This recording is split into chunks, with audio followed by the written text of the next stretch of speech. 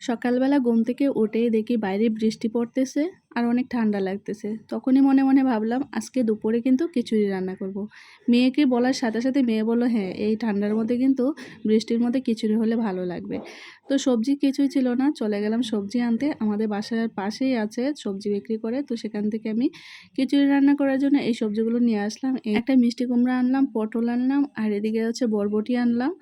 তো এখানে যা যা ছিল আর কি, তেমন সবজি ছিল না, বৃষ্টি পড়ছিল তো তার জন্য আর কেউ ছিল না, একটা সবজিগুলোই ছিল। তো বাসার পাশে, আমি কিন্তু বাজারে যাইনি। আর আনছি যেটা হচ্ছে পুঁই শাক। তো আজকে আমি খিচুড়ির সাথে মূলত রান্না করব হচ্ছে পুঁই শাক দিয়ে মিষ্টি কুমড়া একটা সবজি রান্না করব, আর কিছু ভাজাভুজি করে নেব। আর এই যে এখন দেখুন বাহির থেকে এরকম বৃষ্টি হওয়ার পরে, এখন কিন্তু বৃষ্টি নেই, তারপরে কত সুন্দর ঠান্ডা লাগতেছে। অনেকদিন পরে এরকম একটা আবহাওয়া পেলাম, অনেক ভালো লাগতেছে। কিন্তু কি হয়েছে জানেন, দুপুরবেলা যে আমি খিচুড়ি রান্না করতে যাব, গিয়ে দেখি ডাল অল্প। তো আর ডাল আনতে যাইনি, দুপুর হয়ে গেছে, খাওয়া দাওয়া করতে হবে। তারপরে হচ্ছে আমরা এমনি নিরামিষ ভাত খেয়ে নিয়েছি। আর মেয়েকে বলেছিলাম যে কালকে খিচুড়ি রান্না করব, কিন্তু মেয়ে তো মন খারাপ করে আছে যে আজকে বৃষ্টি হয়েছে, আজকে ঠান্ডা, আজকে খিচুড়ি না হলে হবে। তারপরে আমি আবার বিকেলবেলা ডাল এনে এখন হচ্ছে খিচুড়ি রান্না করবো। এখন সন্ধ্যা হয়েছে মাত্র। তো আমি হচ্ছে সবজিগুলো আগে কেটে নিচ্ছি। ভাবছিলাম তো কালকে রান্না করব, তার জন্য আর সবজিগুলো আগেই কেটে রাখলে ভালো হতো, কিন্তু কালকে রান্না করব ভাববে হচ্ছে আর সবজিগুলো কাটিনি। তো পুঁই শাক দিয়ে হচ্ছে মিষ্টি কুমড়ার একটা এমনি সবজি একটা করব। তো সবজিগুলো কেটে আমি চলে গেলাম এই যে ডাল চুলায় বসাতে। তো যেহেতু বুটের ডাল একটু সময় লাগবে সেদ্ধ হতে, তো তাড়াতাড়ি করে ডালটা আগে চুলায় বসিয়ে দিই। তো আমি আজকে কিন্তু বুটের ডাল আর মুগ ডাল দিয়ে খিচুড়িটা রান্না করব। আমাদের তো নিরামিষ, চাইলেও হচ্ছে মসুর ডাল দিতে পারবো না। অনেকেই বলতে পারেন যে মসুর ডাল দেই নাই কেন, আসলে মসুর ডাল আমি দেই নাই এর জন্য যে আমরা তো নিরামিষ। তো এদিকে হচ্ছে মুগ ডালটা হালকা বেজে নিচ্ছি। আমি হচ্ছে বুটের ডালটা অনেকটা বেশি দিয়েছি, 1.5 কাপের মতো দিয়েছি। আর এখানে হচ্ছে অল্প কিছুটা হচ্ছে মুগ ডাল দেবো। আর মুগ ডালটা যেহেতু ভাজতে হবে, তো বেজে হচ্ছে হালকা বেজে আমি কিন্তু এখন ধুয়ে দিয়ে দিয়েছি বুটের ডালটার সাথে। তো এখন ডালগুলো সেদ্ধ হোক, আর আমি হচ্ছে একটু লবণ আর হচ্ছে কাঁচামরিচ দিয়ে দিচ্ছি। আর কাঁচামরিচগুলো অনেক জাল, আমি এখানে কিন্তু শুধু কাঁচামরিচ দিয়ে আজকে ডালটা রান্না করব, এক্সট্রা কোনো গুঁড়ামরিচ দেবো না। গুঁড়ামরিচ দিলে আমার শ্বশুর খাবেও না, আর কাঁচামরিচগুলো যথেষ্ট জাল আর লাগবেও না।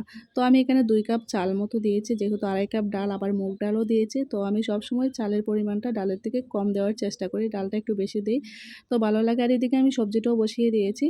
তো সবজিটা হচ্ছে পুঁই শাক আর মিষ্টি কুমড়োই, আর কিছুই দেইনি। মনে হচ্ছিল যে পুঁই শাক আর মিষ্টি কুমড়ো এমনি একটু ভাজা ভাজা করে নেব পাঁচফোড়ন দিয়ে। তো এখন দেখুন আমার চালও সেদ্ধ হয়ে গেছে, ডালও সেদ্ধ হয়ে গেছে। তো অনেকেই বলতে পারেন পেঁয়াজ রসুন ছাড়া কি করে খিচুড়ি রান্না করে। আসলে ইউটিউবে হচ্ছে একবার আমি এরকম খিচুড়ি রান্নার ভিডিও দিয়েছি, তো একজন মুসলমান আপু বলছিল যে এরকম খিচুড়ি আমার জীবনে খায় নাই, যে আদা রসুন পেঁয়াজ ছাড়া কোনো খিচুড়ি হয়। তখন আমি আসলে এজন্য বলছি যে আদা রসুন পেঁয়াজ যেটা হচ্ছে পোলাওর চাল দিয়ে রান্না করে, ওইটা আমরা রান্না করি। তবে হ্যাঁ, আমাদের আজকে যেটা রান্না করছি যেহেতু নিরামিষ, তো সেটা হচ্ছে এমনি বুগের যে খিচুড়ি ওইটা আর কি। তো এখানে আমি রসুন পেঁয়াজ আর দেবো না, আমাদের তো নিরামিষ চলতেছে। আর এই যে খিচুড়িটা, এটা হচ্ছে আমরা যারা হিন্দুরা রান্না করি তারা বলতে পারবে অনেক মজার হয়। একবার বানিয়ে খেলে বুঝতে পারবেন এটার হচ্ছে আদা রসুন ছাড়াও একটা খিচুড়ি এত মজা হতে পারে। তো আমি এখানে শুকনো মরিচ হচ্ছে ফোড়ন দিয়ে দিয়েছি, অনেকগুলো দিয়েছি।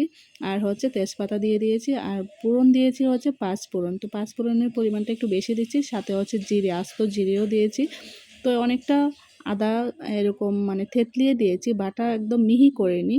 তো এরকম পর্যায়ে আমি ভালোভাবে হচ্ছে তেলটা বেশি গরম করে দিয়েছি। দেখুন আমার শুকনো মরিচগুলো একটু পুড়ে গেছিলো, তারপরে আমি আরও কয়েকটা শুকনো মরিচ দিয়েছি। আমি কিন্তু খিচুড়িতে শুকনো মরিচ বেশি পছন্দ করি, আমার মেয়েও অনেক পছন্দ করে। তো এখন হচ্ছে আমি খিচুড়িতে ঢেলে দিয়ে দিয়েছি। তো আমার পূরণ হয়ে গেল, খিচুড়ি কিন্তু রান্না কমপ্লিট।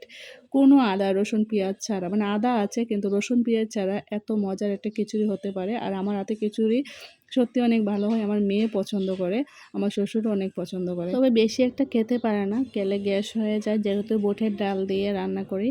তো এদিকে আমার হচ্ছে পটল ভাজি হয়ে গেছে, করলা ভাজিটাও হয়ে গেলেই আমার খিচুড়ি কমপ্লিট। আর আগে তো সবজিটা রান্না করে নিয়েছিলাম, আমি পুঁই শাক আর হচ্ছে মিষ্টি কুমড়োর ভাজি।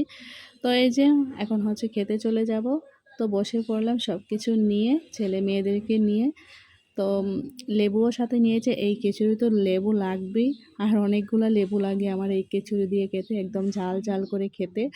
আর এখানে কিন্তু এক্সট্রা গুঁড়ামরিচ না দিলেও কিন্তু কাঁচামরিচের ঝালটা প্রচুর ছিল, আর শুকনা মরিচও নিয়েছি, দেখুন 2টা শুকনা মরিচ নিয়েছি আমি। আর এই যে পুঁই শাকের মানে মিষ্টি কুমড়া দিয়ে যে সবজিটা রান্না করলাম, তো এটা কিন্তু বেশি ভালো হয়েছে। আর খিচুড়ির সাথে কিন্তু আমার কাছে মনে হয় যে এটা বেশি ভালো লাগে। আর বেগুন ভাজি হলে ভালো হতো, কিন্তু বেগুন ছিল না, তার জন্য আর বেগুন ভাজি বানাতে পারিনি। আর আমার ছেলে দেখুন খিচুড়ি দেখে কি খুশি, ও তো এত পছন্দ করে। আমার ছেলে মেয়ে দুজনই খুব পছন্দ করে, কিন্তু আমার ছেলে হয়েছে কি, ওর ডিম ভাজি হলে খিচুড়ি বেশি পছন্দ করে, কিন্তু ডিম ভাজি তো আর করতে পারবো না। তো অসাধারণ হয়েছে খিচুড়িটা, নিজের খিচুড়ি নিজেই প্রশংসা করতেছে, সত্যিই ভালো হয়েছে। নিজে বানিয়েছি বলে যে চাপা মারতেছি তা না, আসলে সবাই বলছিল ভালো হয়েছিল। আর আমি নিজে খাওয়ার পরে যখন দেখি ভালো হয়েছে, তখনই আমি ভিডিওতে বলি ভালো হয়েছে, নয়তো বলি না। তো এরকম একটা সবজি আর ভাজি, আর বাইরে ঠান্ডা, এরকম একটা গরম গরম খিচুড়ি খেতে পারলে কীরকম লাগবে বলেন তো। তো কে কে এই খিচুড়িটা পছন্দ করেন, তো অবশ্যই কমেন্ট করে বলবেন। তো আজকের মতো বিদায় নিচ্ছি, টাটা।